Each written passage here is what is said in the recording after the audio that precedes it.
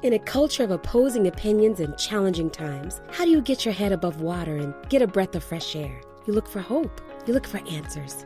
And we shift from silos of segregation to social engagement in a quest for solutions. Stop talking about what the problem is and let's discuss how to fix it. Join us now as America Connects with your host, Rob Dalton. Thank you. This is America Connects. Of course, I'm Rob Dalton. Thank you for joining us again. The show is basically this. We ask one question of all of our panel members because we're trying to get answers in today's society. We're trying to create a solution of answers and a culture of getting, instead of always recycling the same issues we have in our world all the time in the circle talk, what we like to do is bring up one topic and have our panel members discuss solutions and answers. And that's the format of our show.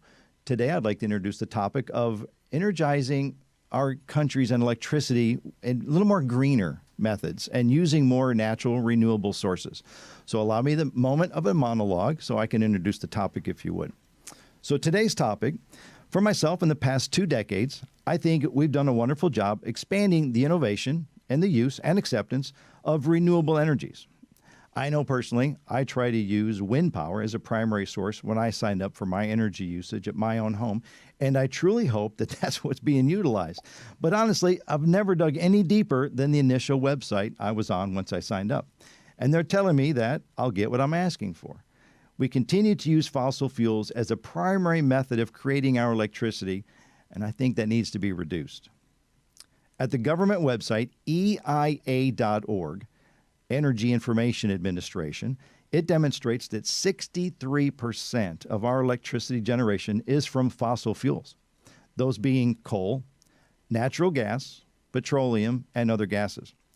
About 20% is from nuclear energy, and only 18% is from our renewable energy sources, the focus of our discussion today. As a user of electricity every day, and even at this very moment as I'm recording this show, I'm keenly aware of how low that number is, and it actually bothers me a little. I don't have a choice.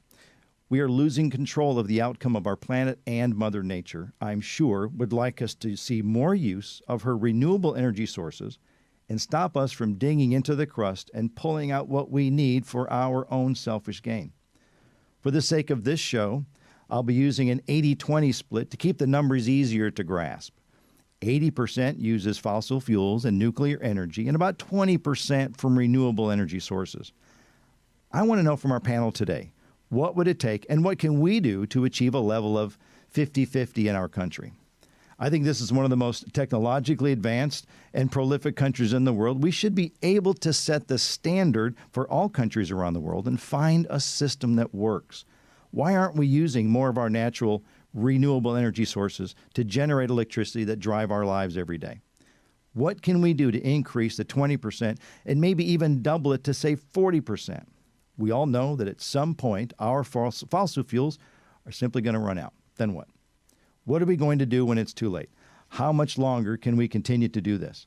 Not just our gas for our cars, but turning on the light switch, recharging our cell phones, and now batteries for our cars, cooling our homes, running our streetlights, as well as our computers at work and at home every day.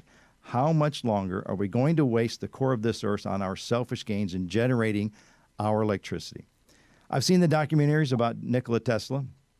I've seen the movie about Tesla starring Ethan Hawke and the movie called The Current War about the fight for domination with the advent of electricity. I think we got a rough start, and as often is the case in America, capitalism won the battle, but I wonder if it's also not going to help us lose the war. The time is now to start thinking about other ways to generate our electricity, to decrease our dependency on fossil fuels and gases, to reduce the split from 80-20 and equalize the distribution of renewable sources to a more balanced 50-50 in the domain of generating our power. And if we can find a way to do it right here in the US of A, we can teach the rest of the world how to do it. The time is now. Our dependency on electricity is not decreasing, and I feel the time to make a shift is today. We'll be asking our panel members, each of them, the same question, as we do every show. What can we do to increase the source and percentage of generating our electricity using natural, renewable energy sources? Thank you for joining us today, and I hope you're as excited about the answers as I am. It's now time to move on to the panel members of our show so we can ask the questions and find out some interesting answers. We're so excited to have our first panel members with us today for our show. They've taken the time out of their busy lives and their day today to be a part of this. So let me welcome first Rochelle Carson-Begley. She's an environmentalist, HGTV and Discovery's Planet Green reality TV series, Living with Ed. Rochelle, thank you for joining us. Thank you. Thank you for asking. I wanted to start off the question we do every show. So we're going to say the way we generate electricity in our country utilizes roughly 80% fossil fuels and nuclear energy, 20% renewable sources. How can we begin to make that shift to more balanced 50-50? What can we do to be better at being green? Okay, well, I'm going to just be very brief in this my response, and I'm just going to say vote. Vote for the government that advocates for more greener, fuel resources. And we have a great candidate running in October. So I suggest get out there and vote. My husband, on the other hand, will elaborate on this conversation because he knows everything there is to know about energy. I don't know about that. Thank you, Michelle. Anything you want to add to the end there? Just that, we as citizens, have a duty, and we have a right to clean air and clean water, and a healthy planet. And the only way I see is from the top down is you have to have legislation. It must be that these are big ticket items that we're talking about. However, the individual can do something, and we have done it, as my husband will elaborate on. Thank you, Rochelle. And I appreciate the introduction of our next panel member. Please welcome, and I'm so excited to have Ed Begley Jr., American actor and environmental activist.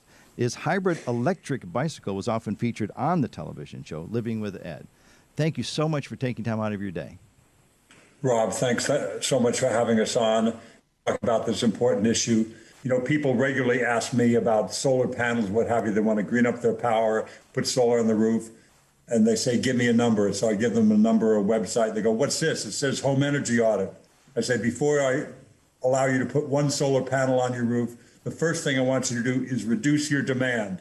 I want you to put in the most energy efficient light bulbs, energy saving thermostat, weather stripping, whatever you can afford to make the demand less on your home. Then you put up your solar panels. I wanted solar back in 1970 when I started as a green activist, but I couldn't afford it. But I did everything that I could afford, all the cheap and easy first. You want to pick the low-hanging fruit first, make your home or office more energy efficient, then you go out and you get your green power. The good thing is also, you don't have to go as I did and buy expensive solar panels, pardon me, the way I did some years ago now. You can buy a solar power program, excuse me, Rob, as you did. You can buy a green power program from many utilities in the country. You can do that. You can also do a solar lease where you don't have to buy your solar panels as I did. There's many ways to do it that cost you no money down, zero money. Right. And the LADWP, for instance, where I live, has a green power program that you can get that's 20% green for an extra penny a kilowatt hour. It's very little. Okay. You can get 50% green for 2 cents. For 3 cents, I decided to go wild and spend 3 cents extra for the very small amount of power I buy only at night. And that will get you 100% green.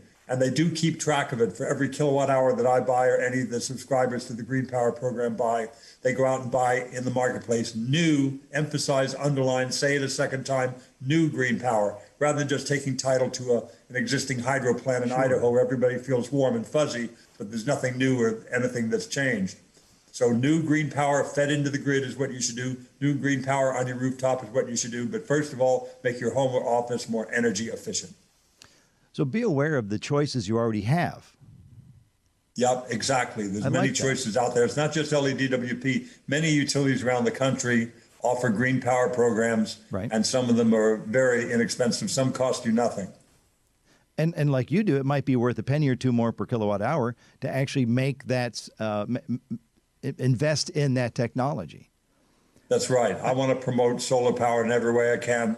That's why I was an early adopter in 1990. I put up my solar electric. I put solar hot water in 1985 at a home I lived in Ojai, California. So something I wanted since 1970, something I could not afford, but I did the cheap and easy stuff first. And finally, 1985 got solar hot water, 1990 solar electric, and I wanted to, support the early programs that were going on then, the early industry of solar, and make it grow, and it did. So I like Rochelle's answer is simply vote, know your candidates. But Ed, I like the fact that you brought up there are already multiple choices for people already in play, and bringing that awareness as you did, I think, is key. So thank you for that.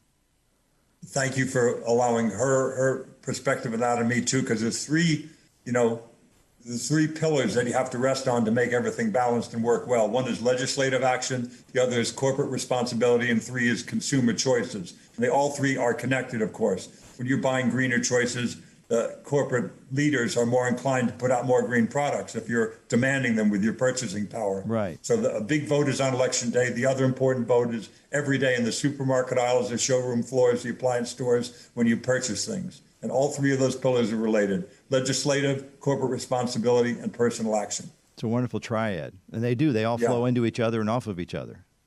Exactly. It's a wonderful analogy. Thank you. I appreciate that insight. It really does. And it takes it down to a very personal level, and it's easier to hold each other accountable at home instead of waiting for corporations to do that.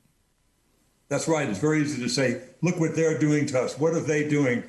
Who is they? They is us. We have control over these things in many cases. When people take a stand, governments and industries often listen. Right. They usually do, because their livelihood is at stake.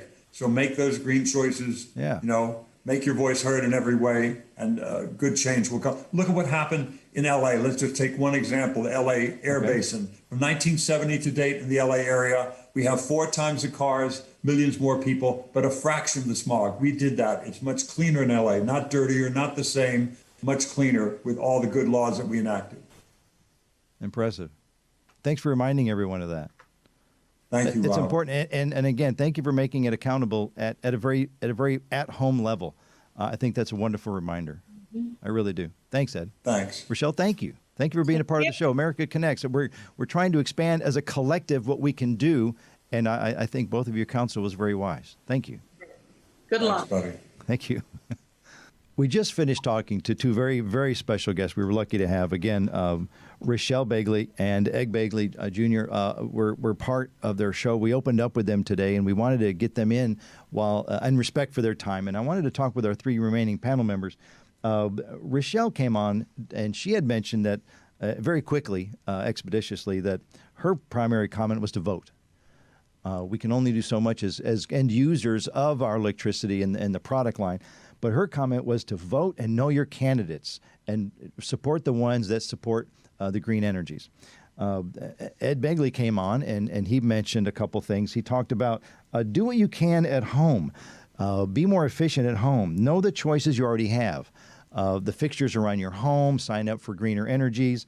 And he talked about what I labeled later as the triad, the 3 important pillars: legislation, support, and ask your congresspeople to support legislation for greener energies, corporate involvement and evolution, as well as personal action items, which is what he started with some of the choices at home. So I wanted to recap those for you since you weren't part of that particular panel. But thank you for waiting.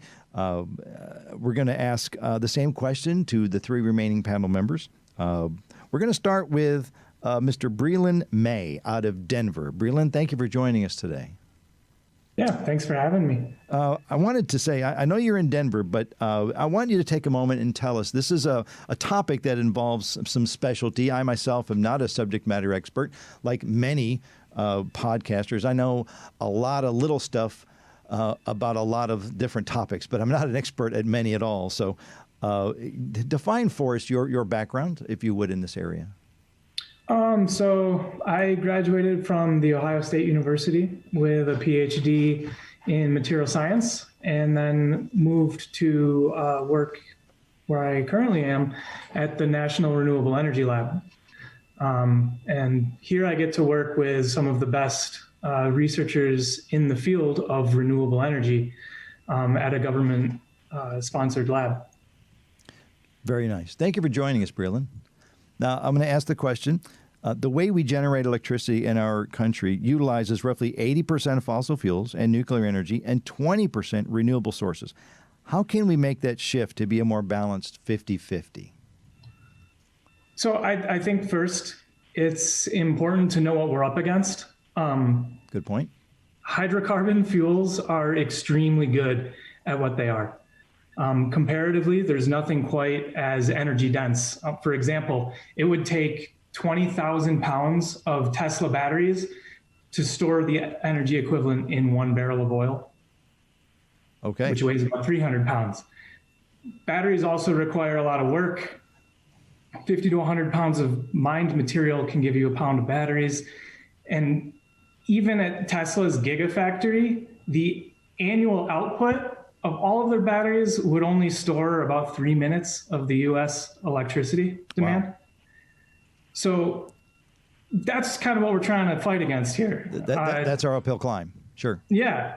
But if you actually think about fossil fuels, right? This is remains of past living organisms. Right.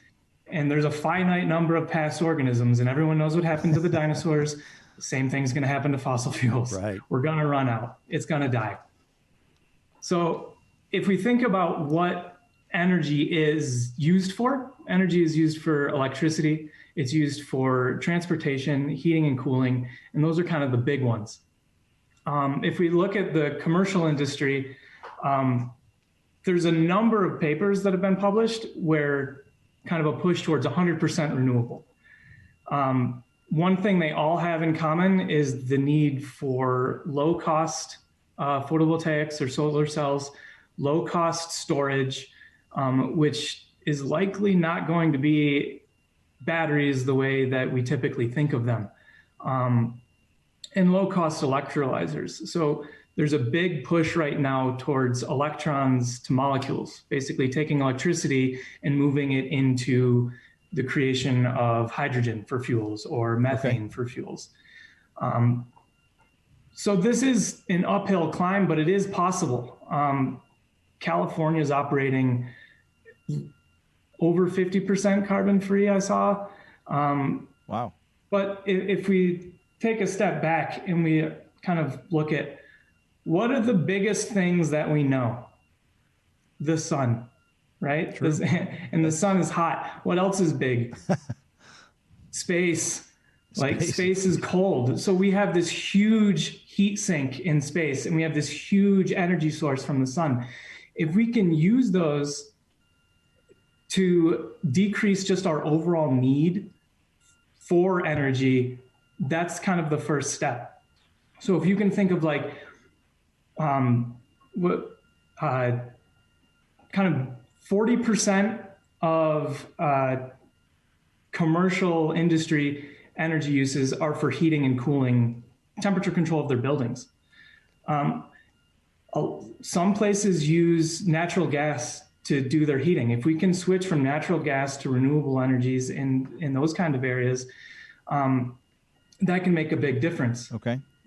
You need cooling when the sun is out. The sun will give you energy. You have solar powered cooling. You can power your AC with solar or something to that effect. Conversely, in the wintertime, winter winds are significantly more prevalent. You can use wind energy more in the winter for heating. But these kind of changes are kind of at the grid level. They're hard to implement on an individual scale. So I also agree with what the Begleys said, where there's some stuff that you can do by yourself. But I think trying to get people to care at an individual level right now is a little difficult about something that is further away. So awareness. Awareness, yeah. I mean, you have to realize that this is a problem. There have been predictions for the depletion of fossil fuel stores by 2050. That's soon. And in the span of humanity, it is. Yeah, I mean, in the span of a single human lifetime, that's 30 years. Yes. The demand is increasing, and we're trying to figure out a way to supply it. And I think that we should really be pushing to supply it renewably, because those are the ways that are going to last. Those are what's going to push us beyond 2050. So I think it's important to realize that it's important where you plug in your Tesla. Like, just because you bought a Tesla doesn't mean you're saving the world. If you're plugging it into a coal plant, it's not going to have the same effect. Right. Let me redirect you on something, Breland, if I may. Yeah. We talked about, you mentioned awareness. We agreed on that. Is there still time to educate people about this in schools and colleges and just in younger Americans? I mean, if recent events have taught us anything, you can never stop learning. I think there's a big push towards renewable energies in some communities more than others.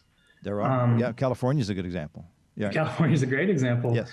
And that starts with legislature making the big changes to how things are run. But I think there are things that you can convince people to do if they're going to save money, right? Because trying to get someone to do something for free is going to be hard. Yeah, you got to hit them in the pocket. Exactly. Yeah. So if you think about it in the sense that every dollar that you spend, and this goes for anything, is promoting a future towards that direction. If you buy stuff wrapped in plastic, even if you personally feel that that's not the right thing to do, you're promoting it. Businesses have no reason to change. You're supporting it. You're going to continue doing that. Right. But if you put your money other places, that's where differences start to be made. So thinking about what you buy, buying less new stuff, buying used stuff. Right. It goes back to recycling, and it used to be reduce, reuse, recycle. Now everyone just goes straight to recycle. Like, I drank my Gatorade, it goes in the recycling. Yeah. Reuse that cup, or don't buy plastic cups. Like, it costs energy to make all of this plastic. You're right. Breland, I want to say thank you, and I'll bring you back at the end if you'd like. But I want to, and thank you for your input. I appreciate it. I made some notes. I'm going to come back to those. I wanted to interrupt Breland for a moment to bring on our next panel member, Mr. Patrick Byington out of Birmingham. Thank you for joining us here on America Connects. Hi there. How you doing? I'm great, Patrick. Thank you. Like Breland, I wanted to give you a moment to introduce your background and credentials as well. I'll give you a moment if you would, please. Super. Well, I'm a very interesting fellow. I started with a nonprofit group in Alabama called the Alabama Environmental Council. Okay. And I was the executive director for almost a decade. And then I served as on the Environmental Management Commission in the state. And I've worked on conservation for 30 years. Wow. And working on from energy issues to what Breland mentioned earlier, recycling, but even conservation, saving land. Okay. So, you mentioned the 80-20. I guess I should answer your question on the 80-20. I guess I'm on this panel because I'm part of the group that is, I'm a Southerner, and we're the group holding the whole group down. Oh, we are. You're taking credit for that. I mean, you've got California that's got the 50. We've got the maybe 5% here in Alabama. I'll be darned. In Mississippi, you got about 5% too. And so so if you're going to raise it to 50%, you need to get the South to do it. Okay. And there is some encouraging things out there. Part of the encouraging things I want to make sure you know, where is the fastest growing area in the country for solar energy? It's Georgia. It is. Okay. And interestingly, the politics are aligned. You have, guess who are the two groups that came together for solar power in Georgia? I can't even imagine. So just go ahead. I can't imagine what the results are. So go ahead and pop the answer. It was the Sierra Club and the Tea Partiers. Oh, okay. That is a surprise. And they found out that they both believed in freedom. and the thing is that what more is freedom than having not to be dependent on the energy company, but to have a solar panels on top of your house, where you get to create your own energy. So they've been able to go to their public service commission. All this is civics, right? they were able to go to their public service commission and say, we want more solar and renewable energy in Georgia. And since we have monopolies in the South, you have the power, Georgia Power, Alabama Power, all these, right, Mississippi Power, these public service commissions, which are elected officials. What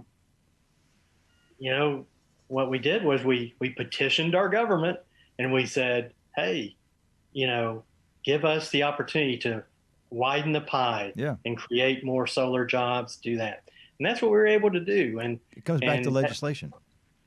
Well, they didn't even have to do legislation. They actually just went straight to the regulators, which is way cool. And so you need to win in the South if you're going to lift your nationally 50%, because we're the ones holding you down. We're the anchor. We need another California in the South somewhere to set the tone, right? Would love that. Would love that. And, but Georgia's a good start. I didn't realize they were the fastest growing area for solar power. It is, and actually North Carolina. And what's really neat is California is helping us by sending us all your tech companies over to do things. So they're moving from the left coast to the right coast. Okay. Exactly. And so they insist on it. So for example, in Northeast Alabama, Google, when they got there, they said, we demand that our infrastructure, our plant is going in our storage facility there in Northeast Alabama is going to have at least minimum 20% renewable energy. Wow. They're doing this in Northeast Alabama, which I'll say was like maybe 2% renewable energy. So this is a good deal. And so the businesses are forcing it. You see these wonderful forcing agents here, big business, also citizen power. Yep. I mean, come on, the Tea Partiers and the Sierra Club. When does that happen? Right. And they don't agree on many things. Exactly. So these are good things, and there's so many. It's going to take from the grassroots up. Very good, Patrick Byington. Thank you for your input. I do appreciate that. Thank you. We may come circle back around, but I wanted to move on to our next panel member. Please welcome to the America Connects, Mr. Stuart Cooley. We are happy to have you with us. Thank you. A former professor of renewable energies at Santa Monica College and a master's degree in mechanical engineering. Thanks for being on the show. Well, thank you for having me. I want to ask you the same question as the others, if I may. We like to restate the question for those that may not be watching or listening acutely. The way of generating electricity in our country utilizes roughly 80% fossil fuels and nuclear energy and only 20% renewable sources. How can we shift to a more balanced 50-50? Stuart. Well, as the previous speakers, both Pat and Breland, pointed out, California is already close to or a much higher rate in terms of producing electricity. The other good news is that utilities all have what are called renewable portfolio standards, this requirement to produce a certain percentage from renewables by a certain year. And that target that was set in California, they kept moving the goalposts further and further away, but California kept meeting the challenge. And when I say further away, I mean nearer. So we had 20% by 2020. We achieved it in 2010. And now it's 50% by the year 2033. So California expects to be there. And California's gone much further. They're now pushing for net zero energy homes, which is this idea that you produce as much energy as you use. Most of it will be produced through solar. And that would help to bring that percentage up to close to 100%. Now, so that percentage is also not a great measure when looking across the whole country, because the whole country is not, homogeneous set of peoples and technologies and natural resource based areas. Breland pointed out that oil and gas is wonderful stuff in terms of energy density, which is a key point why we're using it. But the potential is there to move. We've, thanks to the work done at NREL and other places, solar is now cheap enough that every state should be looking at it, because there's a higher upfront cost, but then there is zero fuel cost. There's no extraction cost once you've made that investment. True. And with electricity, we found that there are technologies now that can do the heating as well as the electricity use. So heating homes can be done with something called heat pump heaters that are using electricity that leverage the heat that's already in the air or in the earth and can provide the heating necessary. So we have all of the means at our disposal for producing renewable energy for virtually all our needs. It was also pointed out that we will need storage. The battery idea is great, right, but batteries just hold energy. They don't actually produce it. We're not producing energy when we create a battery. There's a We're difference. You're producing right. the means to store that energy. And so we can get that energy from the sun, from the wind. And if we get it from the sun or the wind, we need that battery because the sun doesn't shine very brightly in California either at night. Right.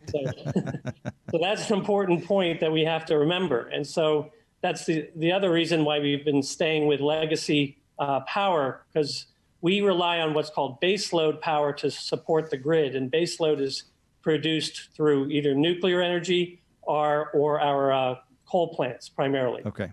So through the night, we have a nice constant load, and we find that using those two fuels is most efficient to run them continuously.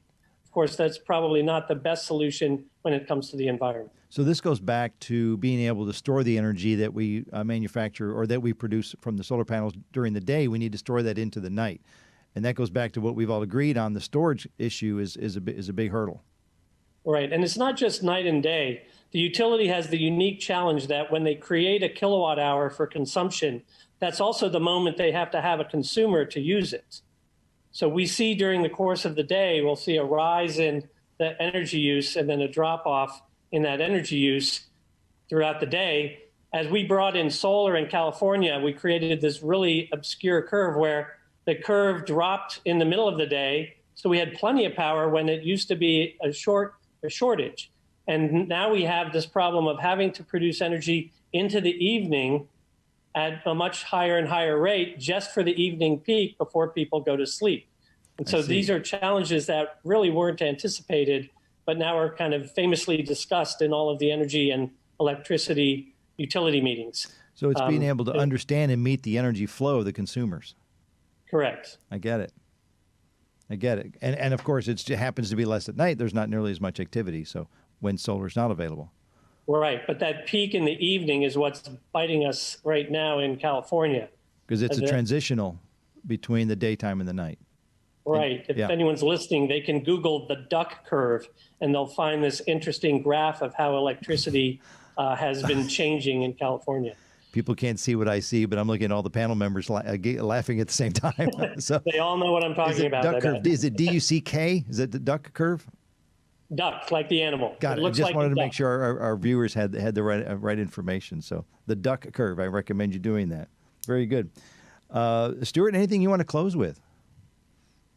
No, just that I'm very hopeful because I joked to my students before I retired. I was saying I started at the age of 14 back in the 70s to solve the energy crisis, and I failed. So now I have to hand it off to you, my students.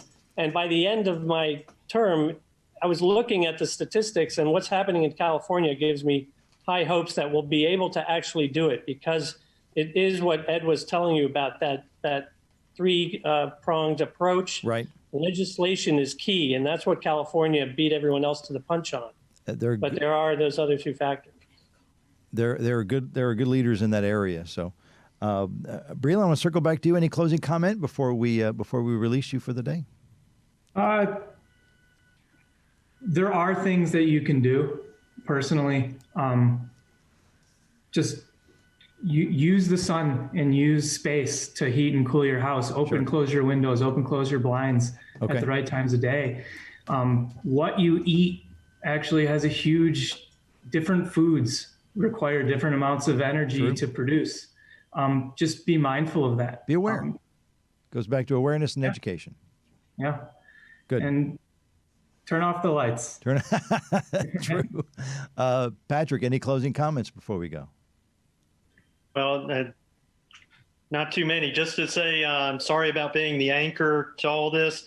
If we can make sure the South actually comes through and does its job, we'll be good. And and we will. I've got to tell you this is, I'm always thankful to California. Not many Southerners say that, but I am thankful because the thing is, y'all were the first one out of the gate, and you're paying for it a little bit too, because you're having to pay for the energy because you create the infrastructure first. Right. We're getting it cheaper because everything's gotten better and the technology's gotten better. So, but it will happen. Let's keep plugging along. Good. Before we go, gentlemen, if you'd like to stick around for a moment, I've got a couple callers that have questions for you as a panel. Are you open to a couple calls? Mm-hmm. Yep, okay. All right. Who do we have on the line? Hi, this is Hannah from Tyler, Texas. Hello, Hannah. And I really am enjoying your show. Thank you. I'm just curious, what happens when fossil fuels run out? Were y'all able to hear the question? Repeat her name. Okay. Hannah from Tyler, Texas asked what's going to happen when fossil fuels actually run out? Stuart, I'll start with you. Well, they won't run out, but they won't be cost effective. There's something called peak oil, where oil is actually about halfway done. And now is the point where as we need more of it and we don't have it, the price is what goes through the roof. We've already seen that. I've carried and shown my students a graph that showed 2010 was basically when we hit peak oil. Okay. And they were able to, you can still find oil, but it's going to be ridiculously expensive if we continue down that course. So, the companies that have invested in it have no, they're not going to tell you that. They're going to sell it to you for more, and they're going to probably lobby against other sources so that they can extract as much money as you can. I mean, there is a downside to, corporate America running things. So I think you're going to see that we will move off of it as the prices increase, which is what's already happened, and as renewable prices drop, which is what happened, allowed California to change over to solar more rapidly than originally thought. So it can come back to the very basic supply and demand. Correct. It's all about the money more than about what's there and what isn't. All right. Patrick, anything you wanted to add? What happens when the fossil fuels run out? Well, I agree. We've got great examples here in the South.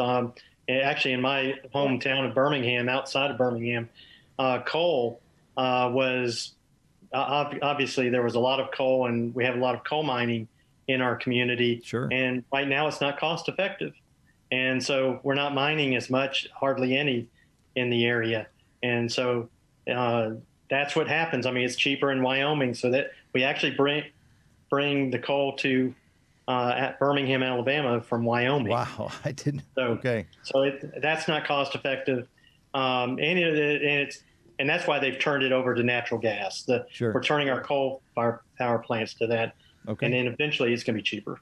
Great. We have another caller on the line willing to talk to our panel. Who do we have on the line? Marie. Oh, hi. This is Marie. I'm from Seattle. Hi, Marie from Seattle. Hi. How can we, I hope you can answer this, how can we minimize the cost and space of nuclear energy fields? Because I feel like they're so big, I'm just wondering how we can be cost effective. Regarding the nuclear energy field. Okay. Breland, were you able to hear that question? Yeah. What can we do? Yeah. How cost effective is it to utilize our nuclear field? I honestly do not have too much experience in this. I know nuclear waste is very difficult to deal with. It doesn't go anywhere fast, and it's a little problematic, which is why, and then the whole incident in Japan a few years back, people are a little hesitant to get more on board with nuclear, despite even if it did have some possible cost advantages. Do you feel that maybe more research is necessary there, or should we begin to just really focus more on the renewable energy sources? I think that if you put a lot of research into it, you might be able to solve some problems, but this is a time-sensitive issue. I think research resources would be best spent elsewhere. That's good advice. Thank you, Breland. Appreciate it. Yeah, thank you so much. Thank you, Marie. Thank you. All right. Have a wonderful day up in Seattle. You too. Have a good one. Bye. Bye-bye. Thank you again. I want to thank our special guests at the top, Rochelle Begley and Ed Begley Jr. for their commentary at the beginning. Our 3 panel members also, Breland May out of Denver, Patrick Byington out of Birmingham, and Stuart Cooley out of Greeley. Thank you. We appreciate all of your time today, your expertise, and your counsel. Thank you for being part of the show. We appreciate you as listeners and as viewers for being a part of America Connects. Thank you for the time, and we hope you learned something today. I was curious to see myself what answers came through from our 5 panel members, and I appreciate the callers, both Hannah out of Tyler, Texas, and Marie from Seattle. Thank you for joining us today. We hope you walk away more informed today than when you woke up this morning. Remember, America, stay connected. I'm Rob Dalton.